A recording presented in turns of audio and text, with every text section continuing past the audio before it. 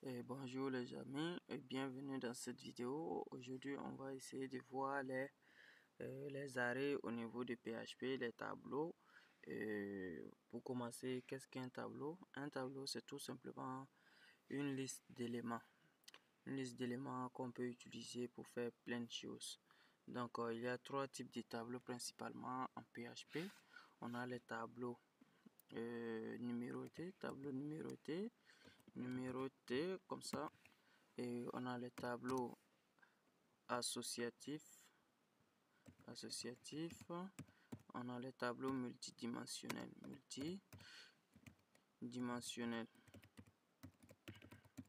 donc c'est ces trois types de tableaux qui existent en PHP. Donc on va essayer de voir chaque type de tableau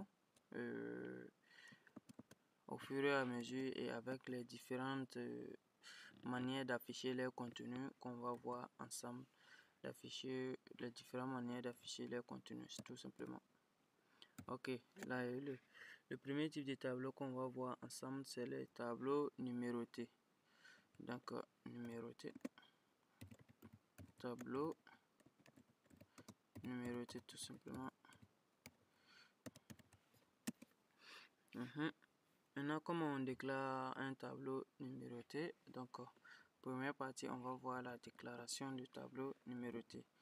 Déclaration des tableaux numérotés. Comment déclarer un tableau numéroté? Il y a deux manières. La première manière qui n'est pas conseillée, c'est de déclarer de cette manière. Par exemple, si je veux un tableau de prénom, par exemple, un tableau que je vais stocker dans une variable que j'appelle prénom, c'est de faire comme ça, prénom, et à l'intérieur, parce que c'est pas que c'est déconseillé, parce que c'est pas sécurisé ou pour des raisons très grave, mais tout simplement parce que ça occupe beaucoup d'espace et ça donne le résultat qu'une autre manière qui est beaucoup plus compressée. Donc par exemple, je mets tableau de 0 et je mets égal.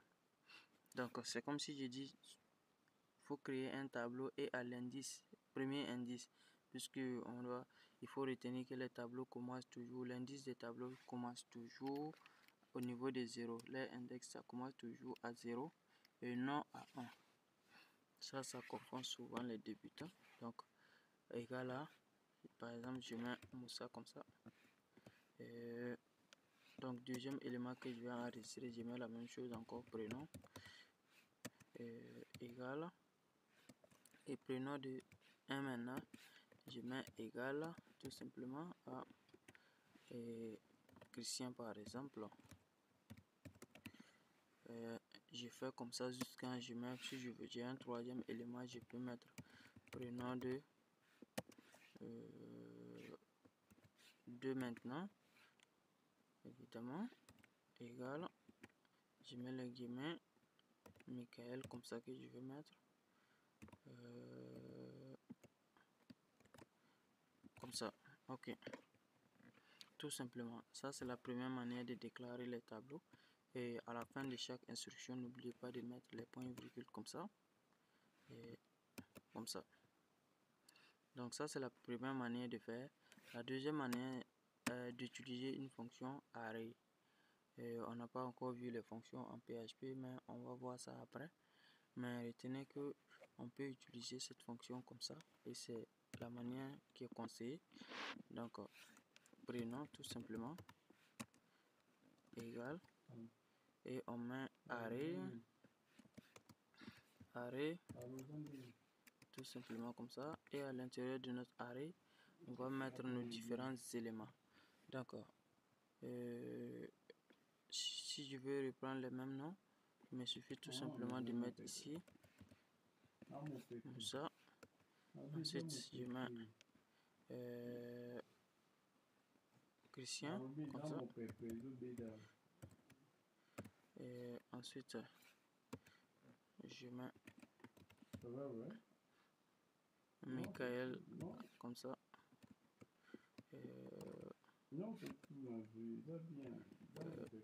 Comme ça, tout simplement. Donc ça c'est la deuxième manière de faire et c'est la manière qui est conseillée. Donc vous faites comme ça tout simplement. Donc Maintenant, on va passer aux différents. Il y a principalement ces deux manières de déclarer les tableaux. Il n'y a pas d'autres manières. Donc, on va passer maintenant aux opérations qu'on peut réaliser sur ces tableaux. Et pour ce faire, nous, on va effacer la première manière qui n'est pas trop conseillée. On va effacer ça. Et on va utiliser notre deuxième manière de travailler pour faire nos différentes opérations. Ok. Donc, voici mon tableau qui est bien déclaré. La première des manières d'afficher l'élément d'un tableau, affichage de contenu. Donc je mets comme ça, affichage de contenu de tableau.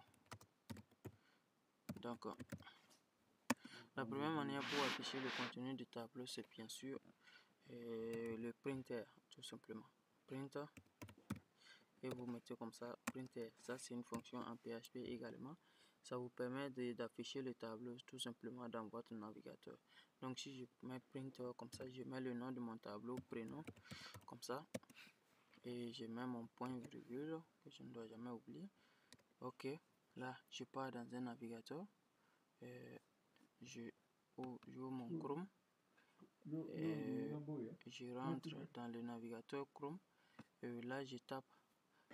Puisque je dois exécuter mon projet PHP, si vous vous rappelez bien dans les côtés exécution que j'ai montré, donc localhost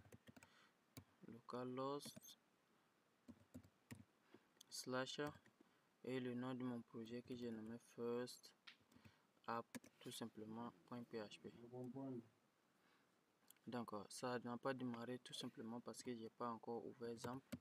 Donc je fais XAMPP ouvrir pour démarrer le serveur parce que il dit que mon site n'est pas accessible. Donc je démarre mon serveur comme ça et si je réactualise là, je vois que mon tableau est bien affiché. Et vous voyez ici ça met 0 à 0, il affecte ça. L'affichage est un peu, je sais pas, un peu bizarre, un peu incompréhensible quoi. Mais pour remédier un peu à cela, pour que l'affichage soit un peu compréhensible, donc on peut mettre ici echo, tout simplement on met preuve comme ça. Les balises preuve ici comme ça, et je vais copier ça pour fermer à la fin comme ça. Et mon point virgule que je ne dois pas oublier, je copie ça, CTRL V ici, je ferme et je mets ici le slash de la fermeture des balises. Là je vais revenir maintenant pour voir si ça va mieux. Là ça va toujours pas, je sais pas quel est le problème. Je crois que j'ai fait une erreur ici, ça doit pas être preuve mais prêt, plutôt prêt comme ça. Donc j'enregistre, je reviens voir si ça prêt. Et voilà, ça pris maintenant et on voit que à chaque fois ça revient à la ligne, c'est un peu compréhensible comme ça. Ok, c'est bon pour l'affichage. Ça c'est la première manière d'afficher et ça ne va pas nous servir à grand chose parce que l'affichage comme ça ne va pas nous servir en fait au niveau de nos interfaces, mais juste pour le débogage, pour voir qu'est-ce qu'il y a dans mon tableau et tout ça, ça peut nous servir pendant le codage. La deuxième manière d'afficher, c'est tout simplement d'utiliser les boucles. Et pour ça, on a deux types de boucles également qu'on va utiliser principalement. La boucle for et la boucle for each. Premièrement, allons avec la boucle for. Ok, je laisse ça ici. Ok. Donc, je vais mettre un commentaire ici. Utilisation de printer. Comme ça. La deuxième manière ici, donc là ça sera utilisation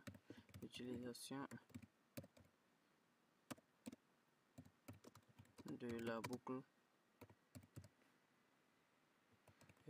for, donc comme ça. Ok, maintenant comment on utilise la boucle for pour afficher? C'est très simple. Si pour ceux qui ont suivi le cours sur les boucles qui viennent de passer, donc ce sera très simple pour afficher la boucle for tout simplement. pour afficher avec la boucle for tout simplement. Ok, donc on va mettre for comme ça, puisqu'on va utiliser le même tableau. Donc for, donc on va déclarer une variable x par exemple comme ça. X, on va l'initialiser puisqu'on a dit for a besoin de l'initialisation ou de la condition et de l'incrémentation également. Donc ça c'est l'initialisation qui est là. La condition, il faut que les x soient, puisque notre tableau a combien d'éléments? 3 éléments. Donc l'index le plus grand là, ça sera tout simplement 2 parce qu'on commence à 0.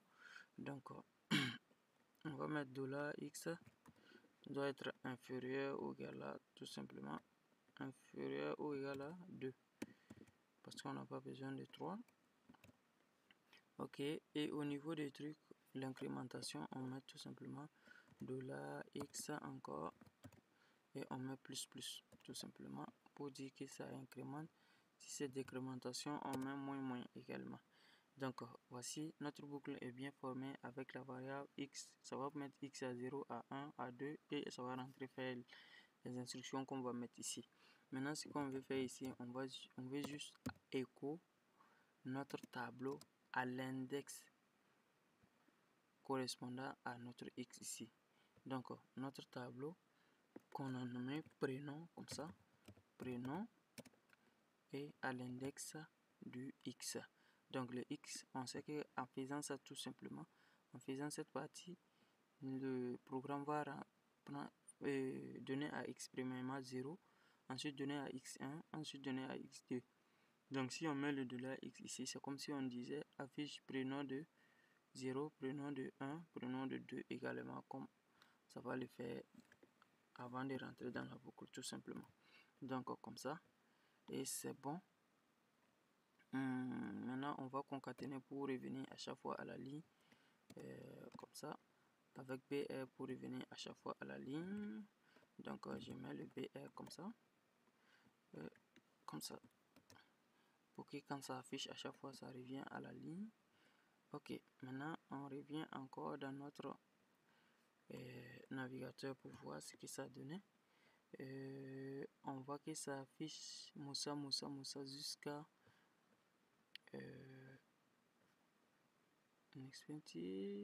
undefined variable x. J'ai une erreur que ma variable x n'est pas définie. Ici on dirait que j'ai mis x en majuscule, donc l'incrémentation n'a pas été prise en compte. Donc je reviens, je réactualise, je coupe ça d'abord parce que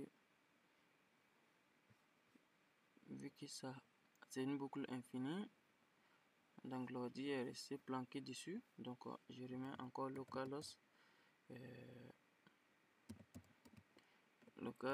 first app, donc comme ça. Ok, et je vois directement que ça vient et Moussa Christian Michael tout simplement. Donc c'est aussi simple que ça pour la boucle for. J'espère que vous avez bien compris comment ça se passe. J'espère que je vous ai bien expliqué tout, le rôle de tout. Ça c'est pour l'initialisation, ça c'est pour la condition qui doit être vraie pour que la boucle s'exécute, et ça c'est pour l'incrémentation tout simplement. Donc ici on exécute le tableau à l'index et à l'indice qui a été spécifié au niveau de la boucle tout simplement. Maintenant ça c'est la première boucle qu'on peut utiliser pour faire les tableaux numérotés. On peut utiliser également, même si c'est pas utile, la boucle for each. Utilisation de la boucle for each, comme ça. Donc la boucle for each c'est une boucle qui est faite principalement pour les tableaux associatifs, mais on peut l'utiliser également pour les tableaux numérotés. Mais bon, ça n'a pas, sa puissance ne se fait pas voir à ce niveau, mais on va quand même l'utiliser pour que vous vous habituez à cela, parce que si on fait ici et on fait au niveau de for each, vous allez vous habituer à voir cela. Donc for each on l'utilise comme ça, for each tout simplement comme ça, et on met à l'intérieur le tableau qu'on veut appliquer dessus. Donc ici notre tableau c'est prénom.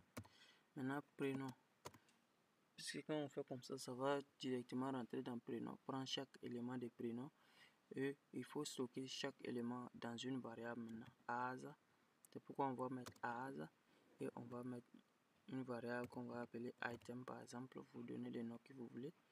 Moi j'ai nommé ça item pour que ça ait du sens. Donc ça va rentrer dans prénom et à chaque passage dans prénom, ça va prendre la première valeur de prénom et ça va stocker dans item. Et on vient ici tout simplement, on affiche notre item. Deuxième encore, je sais pas, ok. Je vous montre item. On va afficher tout simplement notre item ici. Et notre item. On peut faire également des retours à la ligne comme on a fait de l'autre côté. Donc PR comme ça. Comme ça. Donc comme je l'expliquais, ça va prendre le tableau prénom et premier élément de prénom, ça va stocker dans item et ça va venir à echo item puisque item contient en ce moment le premier élément de notre tableau. Ensuite ça va prendre le tableau encore, choisir maintenant le deuxième élément. Deuxième élément encore, ça va créer encore la valeur item où ça va stocker le deuxième élément. Et on vient ici encore, ça affiche item qui contient le deuxième élément maintenant. Ainsi de suite jusqu'à afficher tous les éléments de la boucle. Donc c'est un peu ça. Donc quand je reviens encore pour exécuter et on voit que ça nous affiche exactement la même chose encore. Ici je vais mettre un autre BR parce que c'est collé. BR comme ça.